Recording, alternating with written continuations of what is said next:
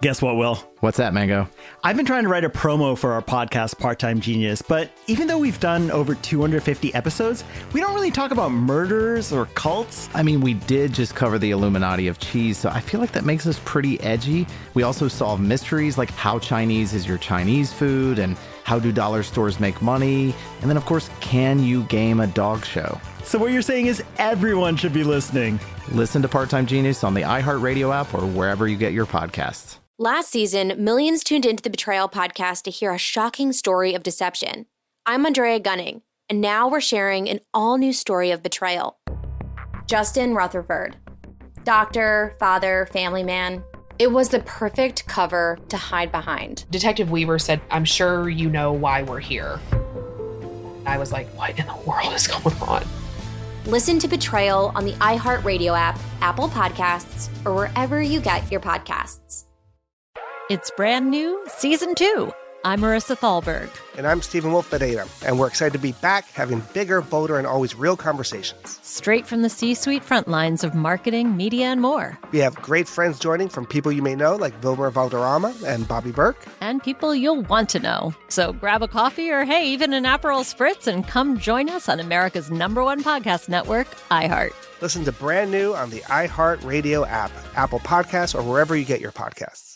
Episode 409, How to Simplify Your Life to Save More Money. Welcome to the Frugal Friends podcast, where you'll learn to save money, embrace simplicity, and live a richer life.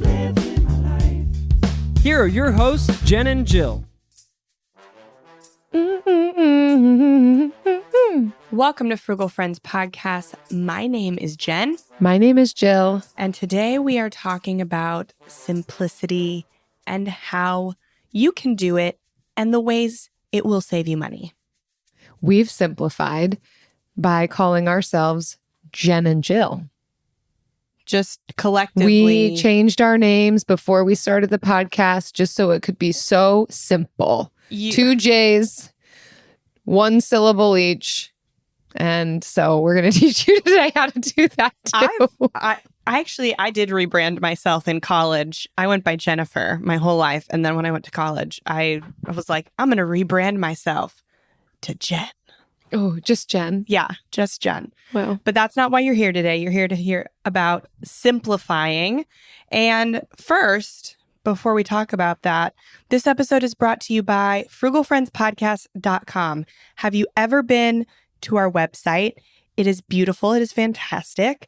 And it's where you can sign up for the friend letter. It's simple. Just enter your email and you will get saving tips 3 times a week. We are sending you freebies. We're sending you savings hacks. We're sending you exclusive excerpts from our new book that comes out in January. And you're going to get it all simply by heading to frugalfriendspodcast.com and getting on the friend letter. Yeah, that is a simple way. No backslash, add-on things. Yeah. And speaking of the friend letter, we polled you all, another little simple way. we promise we won't overdo it. To be able to hear from you and learn about what are the things you want us to be talking about. So we asked you about an area of life that you struggle most to simplify. And those who get the friend letter were able to respond. And really all over we asked physical space, schedule, digital life, or daily demands and decisions. And the one that was least responded to was schedule, but pretty much neck and neck. Daily demands and decisions, digital life, and physical space were top 3 for the things that are hard to Which simplify. is funny because for me, I think that the daily demands are part of your schedule. So I think we're separating the things we do outside the home from the things we do inside, but I think they're very much intertwined. And so when you can change your mindset around one, you can, by proxy, simplify the other. So I'm excited to talk about that today. But a lot of you blamed your children and I'm with you. And it's tiny humans frazzling my brain, hot mess. I see all of your responses, and I get it. I saw a Instagram post the other day that says, "Get in, loser. We're going insane." And I felt that. I felt it so deeply. But yeah, so we're gonna talk about all these aspects because they were so evenly divided. And in your responses, you said you wanted to pick more than one. So, but I do want to pay special attention to these daily, when we say daily demands and decisions, I know we're all talking about feeding our tiny humans. So paying special close attention to there. But even if you don't have tiny humans, you will get a lot out of this one. If this topic is of interest to you, you want to queue up some others. We also have episode 352, which is how to simplify your money management. So specifically looking at simplification with our finances. Today's how simplifying helps our finances. We've also got episode 248, which is Simple Money, Rich Life with Bob and Linda Lodich. One of the two. I forget how to pronounce their last names, but that was a really fun interview with that duo. So, but stick here. Yes. So let's talk about first why even simplifying, because we need to be sure that we've got some buy-in before we even start doing it. And I do want to make the caveat that we're not talking about minimalism. They are connected. Simplification sometimes can look like minimalism, but it doesn't have to. We're not simplifying so that you just have hardly anything. You can have a lot of things and still live a simple life. You can do a lot of things and still have degrees of simplicity.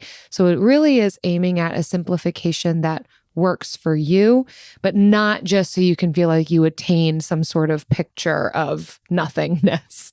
Yeah, and I think minimalism really takes it down to physical spaces, and that was something that we can talk about in another episode. I think so much we just wrote about this in our book, talking about like our brains are attracted to complexity. Mm-hmm. We desire to add things to our life. Like I was looking for an example for the book, and I was thinking the time when I wanted to buy a bigger water bottle so that I would drink more water. My solution was not take away like distractions and insert more opportunities to drink water. My solution that my brain jumped to was, let me buy a bigger water bottle. Let me add instead of what can I subtract to give myself more space to be more intentional about drinking water. Yeah. And so we do and so much of that ends up with us buying stuff. Mm-hmm. And so when we can change our mindset to be one from what can I add to solve this problem? What can I buy, or what service can I subscribe to or buy to solve this problem? And first take a simplification approach. Yeah. I think simplifying can solve a lot of the common difficulties and struggles that we face, not solve altogether, but really help us with some of these things like overwhelm or feeling like we don't have enough time, feeling stressed about finances, having so much stuff around us, whether it's houses full of toys or closets full of clothes, and then none of it ends up getting played with or worn. And we're just kind of constantly thinking we just need to be better at cleaning. We need to be better at organizing, when a lot of times simplification and when it comes to our spaces, I do think there's something to be said for having less can be great, but there's a whole spectrum for that. But I think simplifying in the sense of, how can I reduce the number of decisions that need to be made? How can I create rhythms and automation and habits and routines around these things so that it's not this constant mental drain that's happening, which can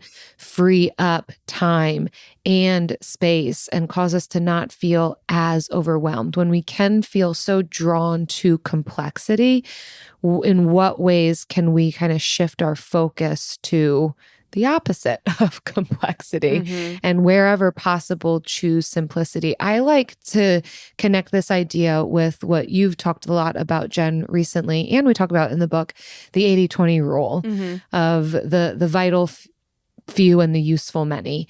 Like, how can we really leverage the vital few to kind of automate the useful many? Or is there a way that I can focus the majority of my time and energy on these prioritized things that then make these other decisions unnecessary or easier? Yeah, to be really intentional about the heavy hitters in your life that are going to clear up. What are some things I can clear out of my life, or that I can systematize or do something about, that's going to clear up 80% of the chaos? And then that other 20%, we can incorporate it. But they're the lowest barrier to entry things. And that's why we focus so much on them, when really it just feels like we're spinning our wheels and getting nowhere. So if you feel like you're spinning your wheels and getting nowhere, then it might be time to stop focusing on the useful many, because again, still useful, but devote more of your resources to focusing on the vital few. And we'll kind of give examples of that as we go through this article. Yeah. So obviously, this is going to touch all aspects of our lives and especially our finances. So this article comes from Girl Boss, and it is titled 7 Ways to Save Money by Simplifying Your Life. And the first one we feel so deeply, and we also talk about this in our book. The first step is going to be redefining your enough, or possibly defining your enough for the very first time. I know even in writing the book, I had to rethink, what would I say is enough? I do think it shifts throughout life. I think that especially as big life changes happen, your enough is going to look different. Like for you, Jen, what enough was for you and Travis is different from what enough is now with you, Travis, and 2 boys. But really being able to identify that and live into that, which is definitely connected to contentment. I think simplification is connected to contentment, but really thinking about what of life, what of finances is enough, where not that we have to stop doing anything, no longer have any kind of goals, but can we recognize if our hustling or setting these kind of unrealistic goals is kind of going way past, just blowing beyond whatever would actually be contentment for me and peace inside myself. So I love starting here. Yes, absolutely. And I think defining your enough is important, not what you think should be enough, not what is enough for somebody else. And I think about this like, I get a special treat latte every week. I will sometimes bring it into Jill's house in the morning, even though she has perfectly good coffee. It is my treat, and I do it once a week. And then I also have sometimes when I go to CrossFit on Saturday mornings, then I will get a coffee out with some of the girls afterwards. But that's not every week. But I do have my treat every week. So I would say I get a coffee out 1.5 times a week. That's my enough. Your enough could look different. Your enough could look like twice a month or twice a week or something totally different. Like I'm in the season of my life where I want to stay home more. I want to be at home and a hermit. When I was single, I wanted to go out more. I wanted to be in relationship with people that weren't necessarily in the same place as me with my finances as I am now. And so I could suggest that we do something for free, but I had to determine if the relationship was more important than the money. So like if they didn't want to do the free thing, but they did want to get the coffee, like making that decision. And so that could result in you valuing your enough being higher than mine in that category. Whereas my category of snacks is probably higher than a lot of other people. So yeah, your enough has to be for you. and don't try to conform it. And this is where the 90-day transaction inventory is really useful. You can see what you've already been doing and then figure out from there, what is my enough? Does this feel good? Does this feel like too much? And then you can go back down and say, oh no, I just thought that was too much. I just assumed it was too much and I don't know why, but really I want to take it back up. So test it out. You will experiment, and there's the beauty in that. Because I think redefining it is going to need to happen along the way too. I think we've come to this point in our renovations with the house as well. Like, when is enough? Because you can kind of just keep going once you kind of get this idea of refining, but constantly re-looking at, can this be enough? And that goes for all of our spaces, our schedule, our relationships. What is enough, and leaning into that? Yeah, I know the concept of enough is really big, but if you want to break it down and just start with maybe 5 things on your 90-day transaction inventory that you really want to hone in on what your enough is, that you know has been wildly unpredictable, that you really haven't honed in on. Start with those 5 things, figure out what your enough is there, and you will build the skills to do it with other more abstract things in your life.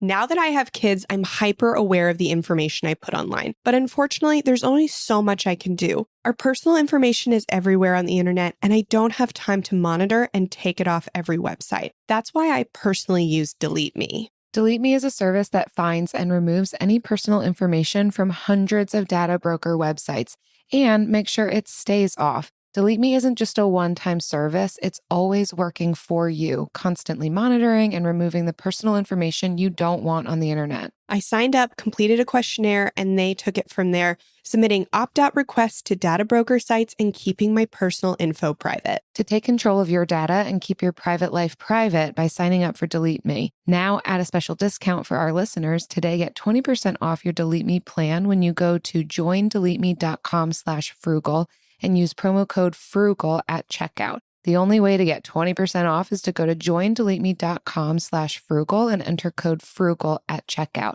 That's joindeleteme.com/frugal, code FRUGAL. When it comes to ensuring your company has top-notch security practices, things can get complicated fast. Vanta automates compliance for ISO 27001 SOC 2 and more, saving you time and money. Unify your security program management and streamline security reviews with AI-powered security questionnaires. Over 7,000 global companies like Atlassian, FlowHealth, and Cora use Vanta to build trust and prove security in real time. Access Vanta's free suite of resources to scale your governance, risk, and compliance program at vanta.com/special. That's VANTA.com/special.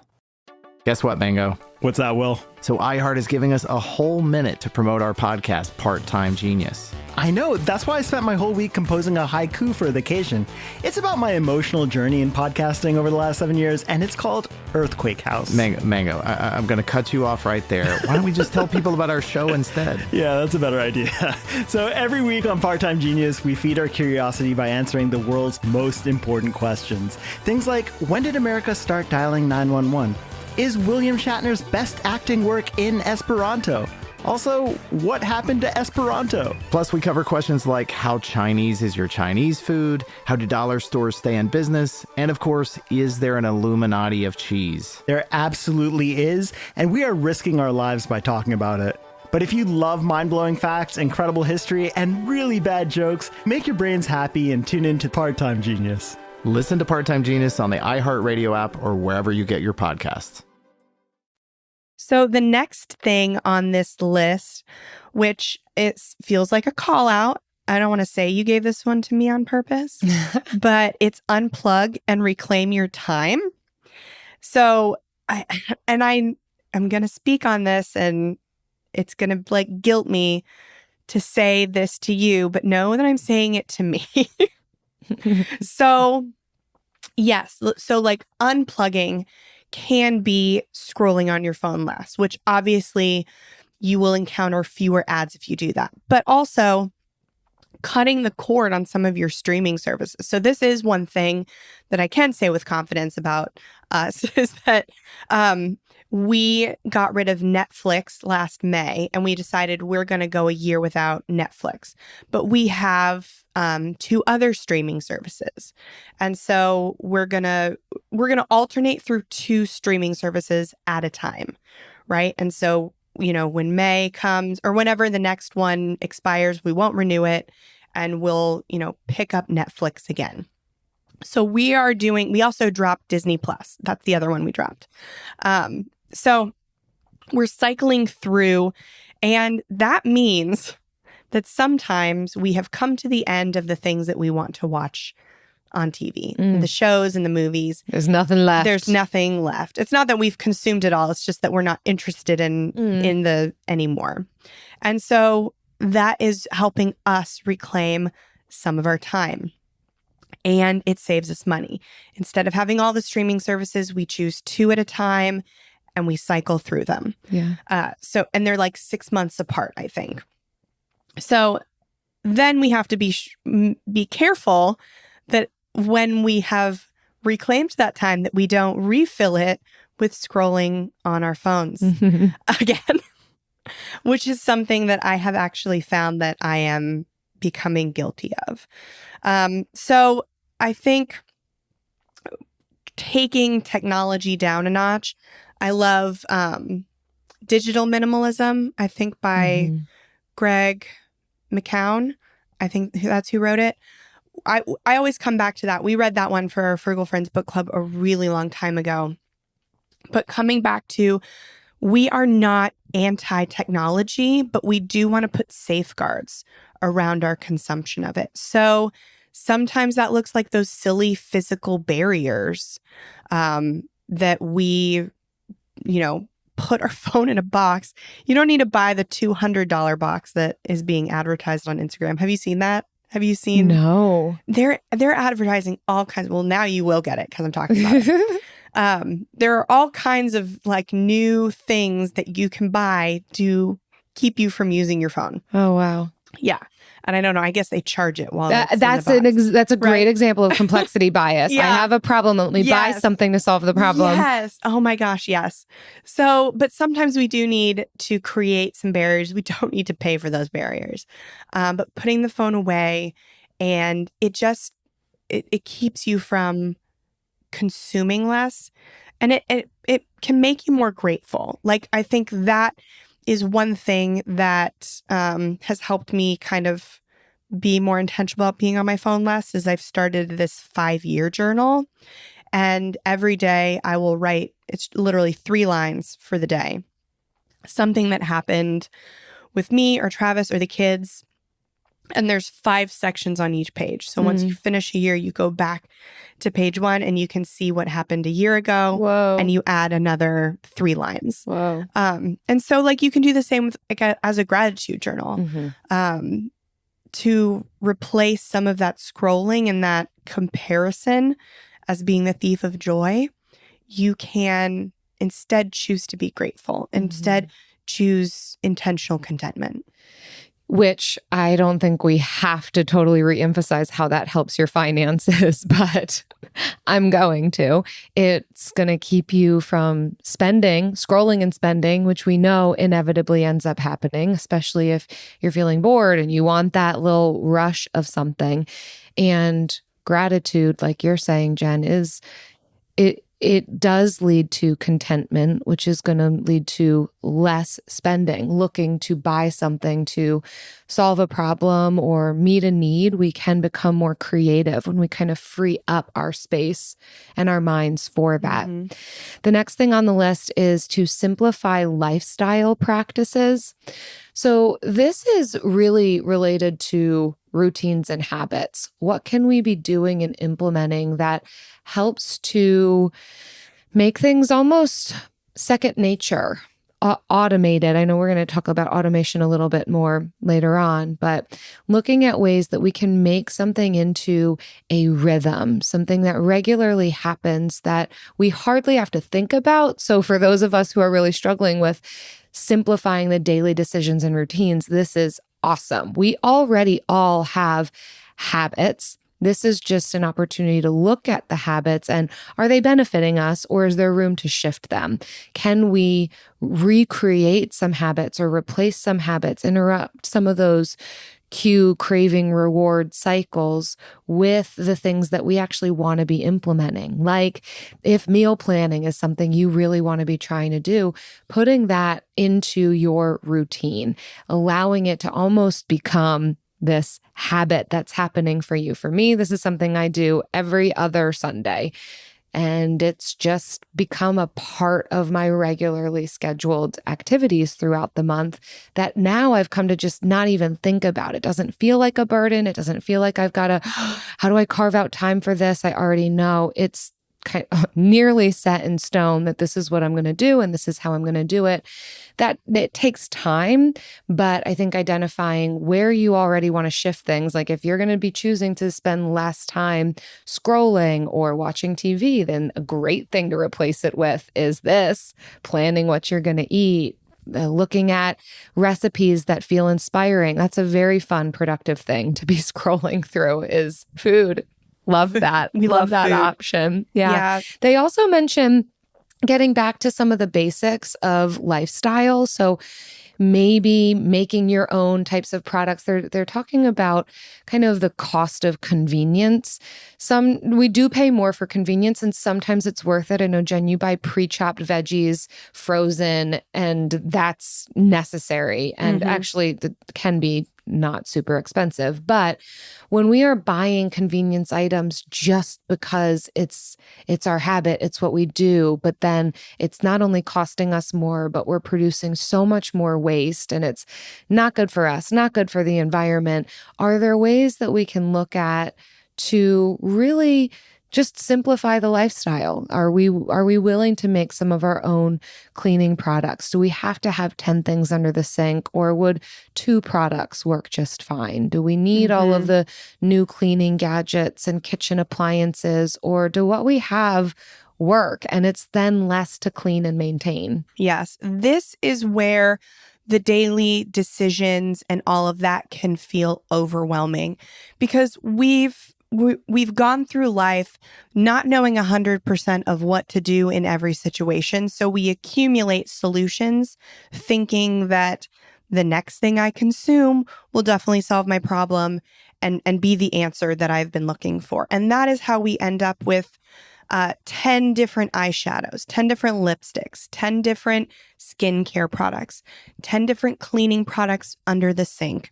And then the actual practice of these things becomes overwhelming. It's like, I don't want to have to choose between these 10 cleaning products to figure out how to clean this one thing.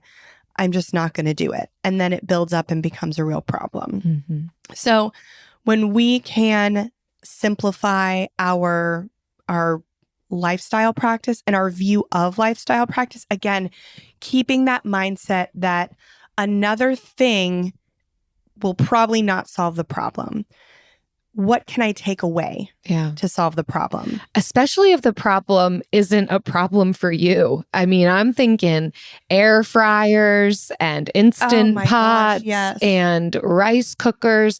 If you don't already have an issue with cooking your rice, then you don't need a rice cooker just because everybody says that they love it. If you don't currently have a problem heating up your chicken nuggies in the toaster oven you have, then you don't need to have an air fryer just because everyone's raving about it. I think that's a thing too. Like, people have talked me into products because it solved a problem for them, but I don't have the problem, so I don't need the solution. The Ninja Creamy I've been seeing everywhere. If you don't currently have a problem making your own ice cream, you don't need to buy a Ninja Creamy.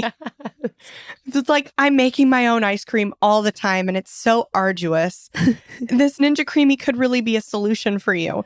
But if that is not a problem you already have, then don't create a solution for somebody else's problem. Don't purchase and then a solution. It's just so much space it's going to take up for something you might do once a month. Yep. The same, like these glass containers for meal prep. Like, you don't need to buy the circular ones if you already have rectangular ones. And vice versa. We're buying solutions to other people's problems so frequently. And it makes our lifestyle so complex. Yeah. The next one on here is downsize to upsize your sense of freedom.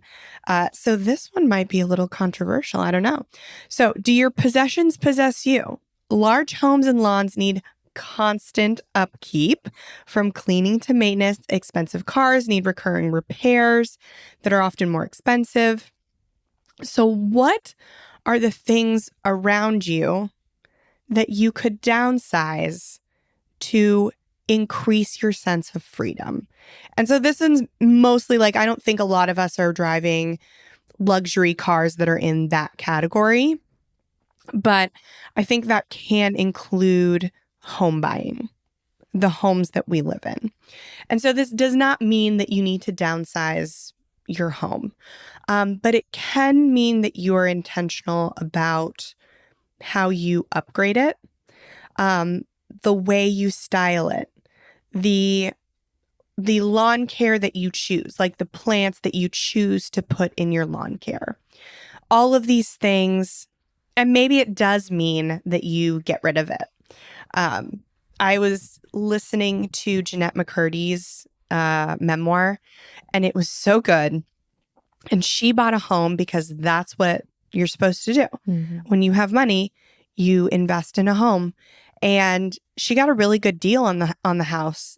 I watched her in an extra interview with Graham Stephan, but for the 3 years that she owned it, it was constantly something was breaking. Like she got a lemon of a house. Like she bought something that was completely turnkey, completely furnished. She even bought the furnishings with it because she wanted to do nothing. And the bathroom ended up flooding in the first month or couple weeks. No. Flooding the furniture she just bought.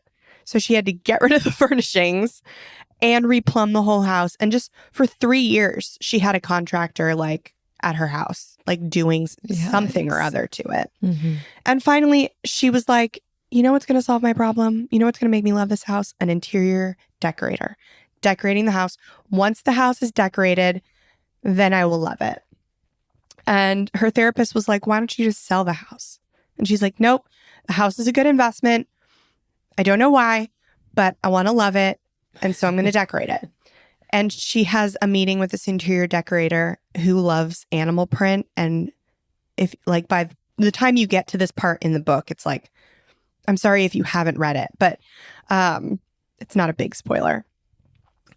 She's not an animal print girly. Mm-hmm. And the first animal print sofa shows up at her house and she calls the interior decorator and she's like, I think I'm going to sell the house.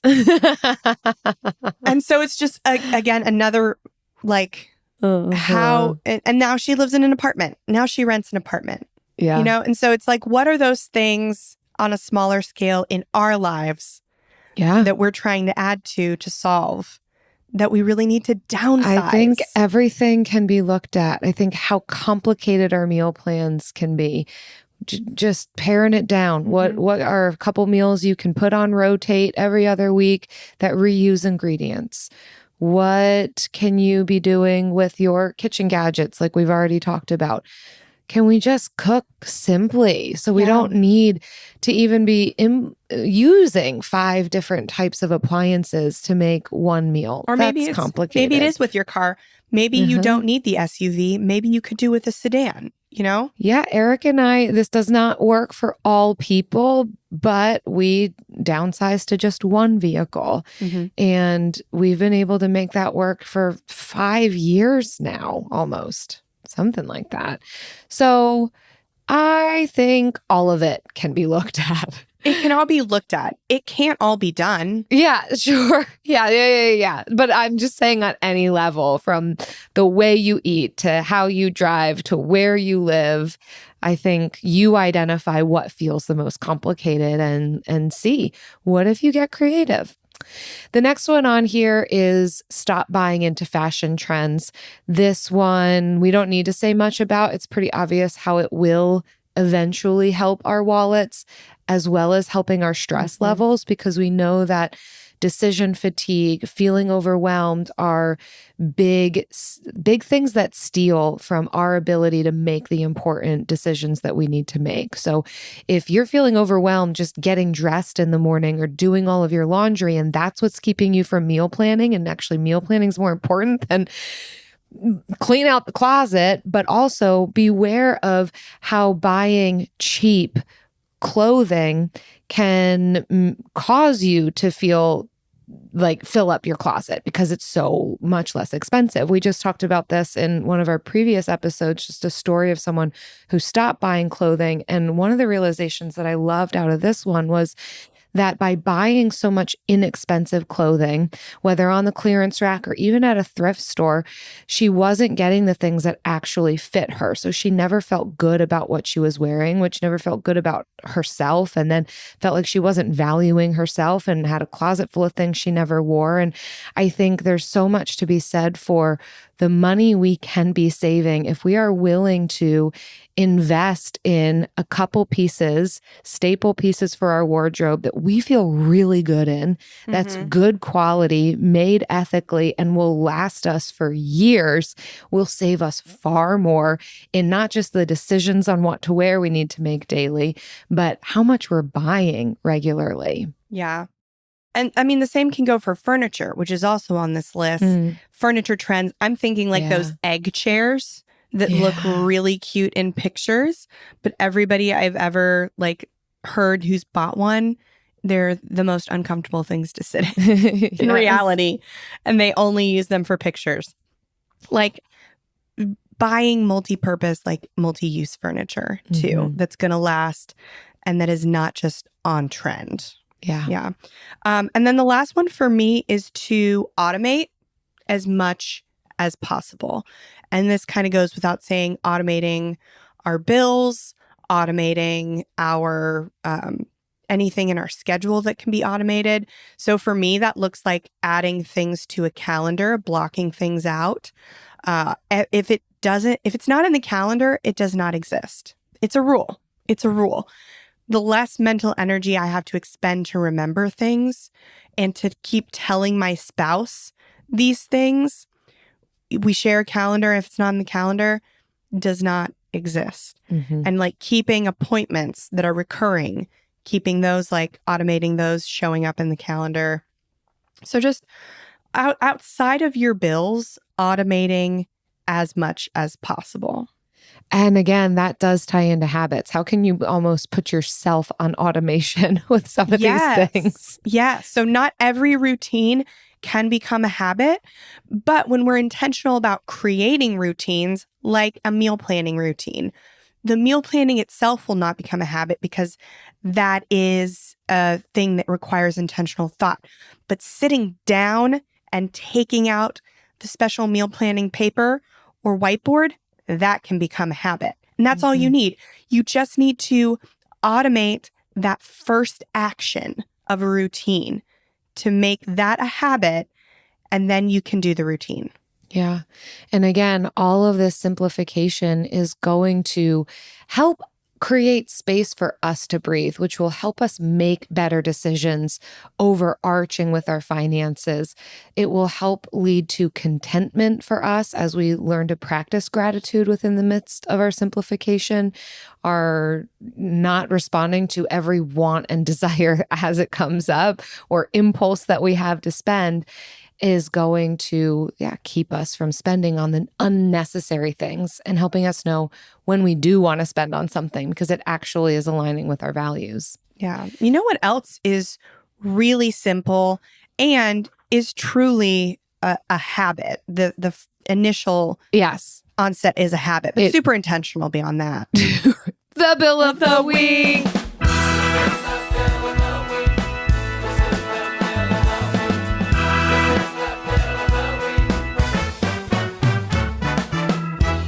Right. It's time for the best minute of your entire week. Maybe a baby was born and his name is William. Maybe you paid off your mortgage. Maybe your car died and you're happy to not have to pay that bill anymore. Duck Bills, Buffalo Bills, Bill Clinton. This is the bill of the week. Hi, Jen and Jill. I am back. with an update on the Pro Sports Fan Getaway. I do not recommend. The game was not fun, but the vacation was, so that was good. But I'm calling with another bill because recently there was a windstorm in our area and my neighbor's tree, 50-foot tree, crashed into our yard and demolished my kids' playset and smashed the fence and our entire patio furniture set. It did miss our house by about 10 feet, which is great because had it not, it would have landed right on my daughter's bedroom. So that was definitely good. But yeah, so we were pretty stressed out about all these bills that we have coming our way. And we actually just found out from our insurance company that we're going to be getting about $20,000, which is amazing. And we're actually going to be able to pay off this Pro Sports Fan Getaway. So, it all works out. But I'm really hoping this is the last bill that I send you. Other people are getting free coffees and discounts on stuff. And we've got kids swallowing screws and husbands winning vacations I don't want and trees crashing into our yard. But yeah, it is what it is. I hope you guys have a great day. Hopefully I will not talk to you soon. Okay, bye.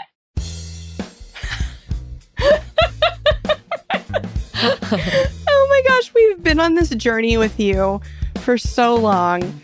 And this Pro Sports Getaway, I'm so sad to hear was everything you expected. I mean, we all could have told each other that. Yeah, we're so sure. sad to hear that we were all right.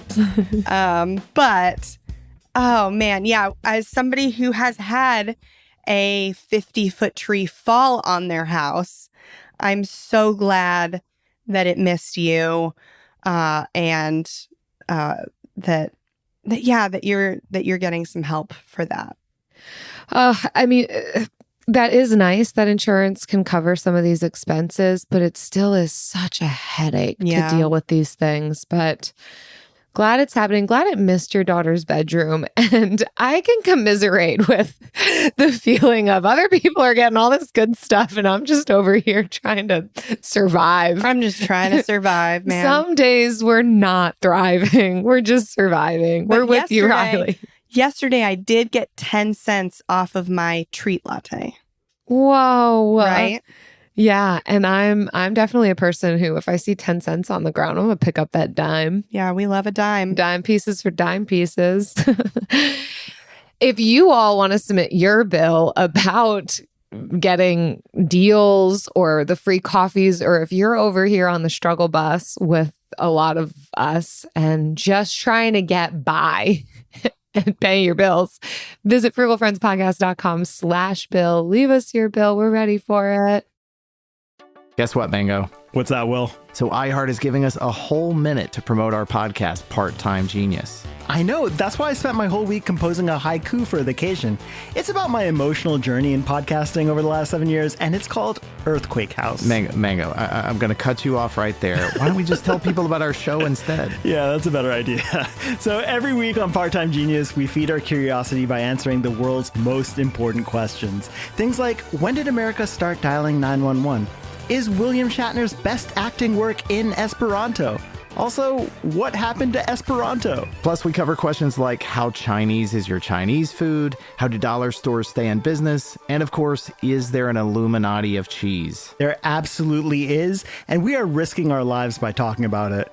But if you love mind-blowing facts, incredible history, and really bad jokes, make your brains happy and tune in to Part-Time Genius. Listen to Part-Time Genius on the iHeartRadio app or wherever you get your podcasts. Last season, millions tuned into the Betrayal podcast to hear a shocking story of deception. I'm Andrea Gunning, and now we're sharing an all-new story of betrayal. Stacy thought she had the perfect husband. Doctor, father, family man. It was the perfect cover for Justin Rutherford to hide behind.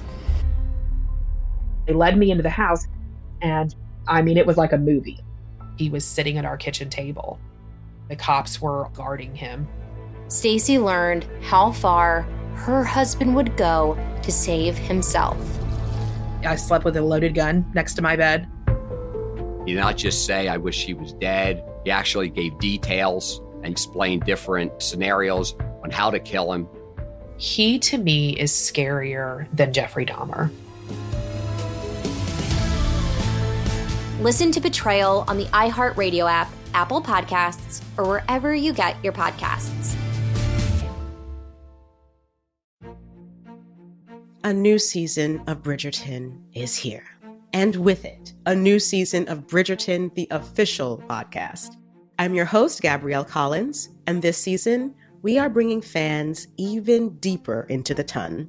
Colin Bridgerton has returned from his travels abroad. Is betrothal written in the stars for the eligible bachelor? Meanwhile, the ton is reverberating with speculation of who holds Lady Whistledown's pen. We're discussing it all.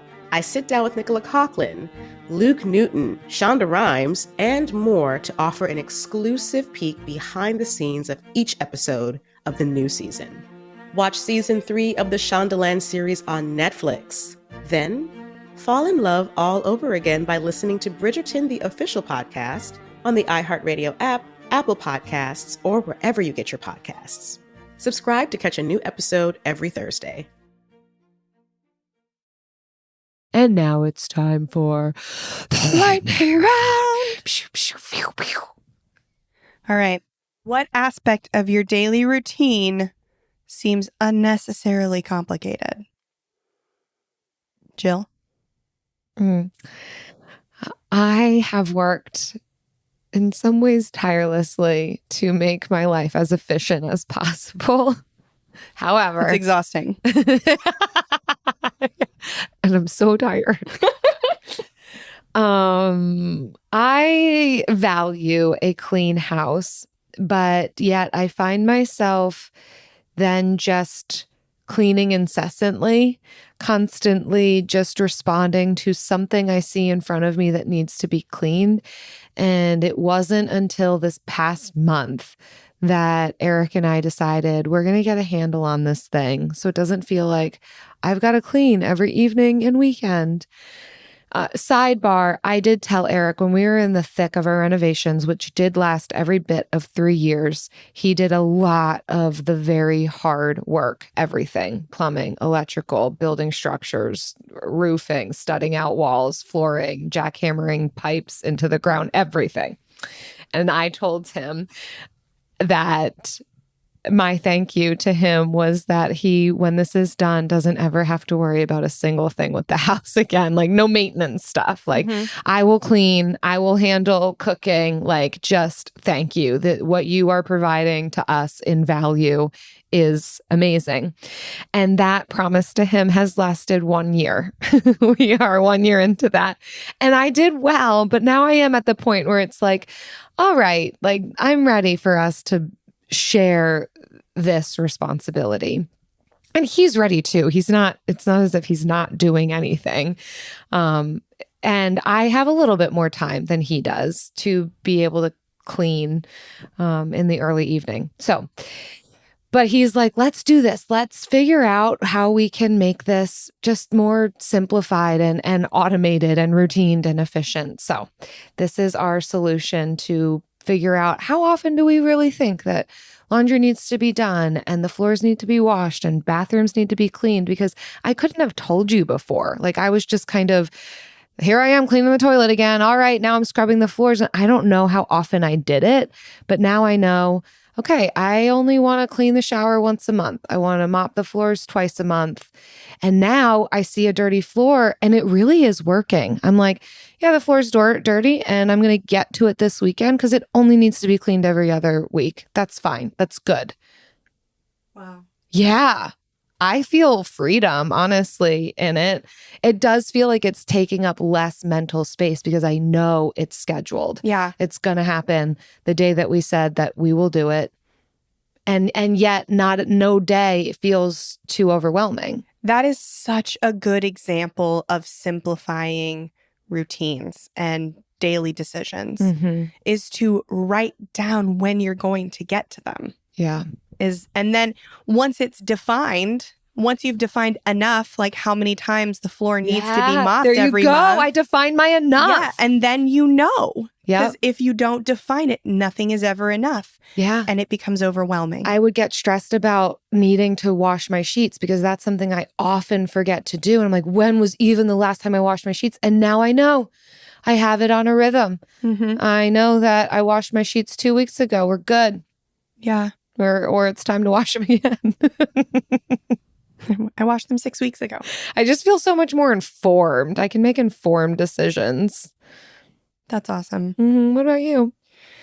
It ain't cleaning. I don't clean my house. And it doesn't Your house can't be cleaned yet. It doesn't mean that it is cleaned. It just means it's not cleaned. For me, it's feeding my family. Gosh. Why? Okay. And like half of it is I don't know what my child is going to want to eat or will eat. Like, I just don't know. On one day, okay, here's a great example. Oh, this is so, Okay, so since we don't have a countertop, we're still like, we just got all our cabinets in. I have been buying Uncrustables for Kai's lunches, like as a treat, but also just to save me time. Yep. Efficiency for now. Yeah. So I was buying them at Walmart, the grape ones. And then I just decided, I was like, okay, we're almost done. I'm just going to get this big box at Sam's Club, and then that'll be it. I'll go back to doing regular lunches after this economy box is done. And I'm going to get him strawberry because they don't have strawberry at Walmart, and he loves strawberries. I don't even know if he likes grapes, but he loves strawberries. It'll be a great treat. And so, and he is obsessed with strawberries. Like, he loves them. Yeah. And I give him one, and he's like, I don't like this. No. And I was like, so you can't not like it. I have 18. There's 18 of them. You can't not like it. And he tried it twice. He did try it again. Oh. And he just legitimately has decided he doesn't like them. Oh. And now he's also decided he's had granola bars for lunch for too long. And now we're back to Goldfish, which I also bought an economy box of and have just been holding on to because midway through the box, he decided he was done with Goldfish and he wanted granola bars. So now we're back there, and life is a disaster. Yeah. But here's I like those Uncrustables. So I'm going to eat them. Yeah, the silver lining is that I like them and I will eat them. But I do have to make him a peanut butter and jelly in the mornings again, which is not a big deal, but I thought I was getting out of it for a couple more weeks. So that's just like one example of how feeding my family is so complex. I can, what can I do? I feel for you in that. I think. How can I help? What can I do? Feel. Yes, I have so many feelings. Yeah. Because you are trying to keep up with a small human who is ever growing and changing. So that's a tough one. I think the solution for you and someone like you is uncomplicating everything else. I think figuring out how to feed your family is the priority, and how to find space for mental energy when this no longer is meeting his need, and I need to have the mental energy to figure out what will feed his dietary and taste bud needs. Yeah. Like, that is the priority. What's taking it up is the renovation. The renovation in the book. Yeah. Like, the Uncrustables were the solution. They were the simplification. Yeah. And then, but now they're my simplification. There they're you a good go. snack. And I can't just impulse eat them because they're frozen. So I have to let it thaw for an hour. So I have to really want it. The patience. It's helping build patience. It is. So it's unnecessarily complicated. Yeah. Yeah. I think when you come across those things that are kind of ever present and constant, it is looking at, are there other things I can simplify so this doesn't feel so overwhelming? Thanks everyone for listening. We love reading your reviews too, like this one from McKean2. It says, informative and makes me giggle. Great podcast, which has made me think differently about my spending habits and more thoughtful in my spending.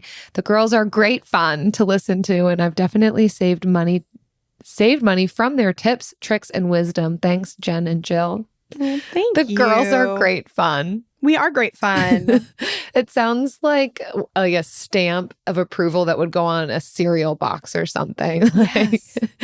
The marshmallows are great fun. Come over, have great fun with us. I'll bring the Uncrustables.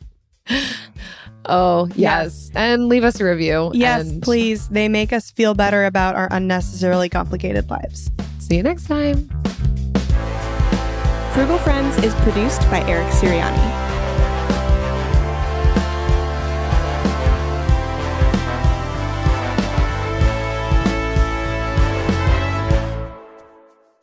I'm going to buy my countertop today, though.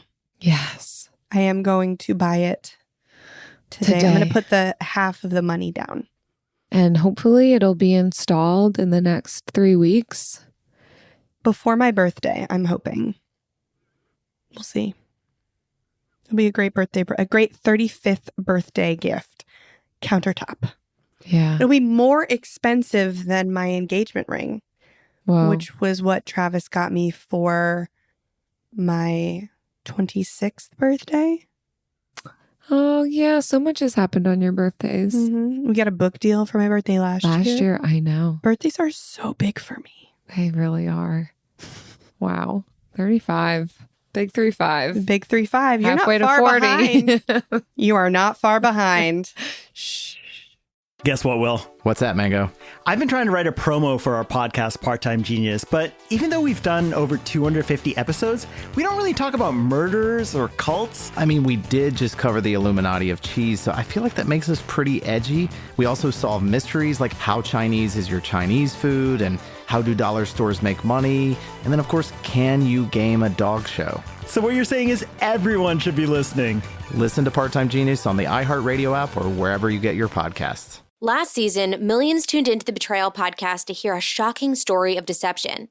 I'm Andrea Gunning, and now we're sharing an all-new story of betrayal. Justin Rutherford. Doctor, father, family man. It was the perfect cover to hide behind. Detective Weaver said, "I'm sure you know why we're here." I was like, what in the world is going on? Listen to Betrayal on the iHeartRadio app, Apple Podcasts, or wherever you get your podcasts. It's brand new, Season 2.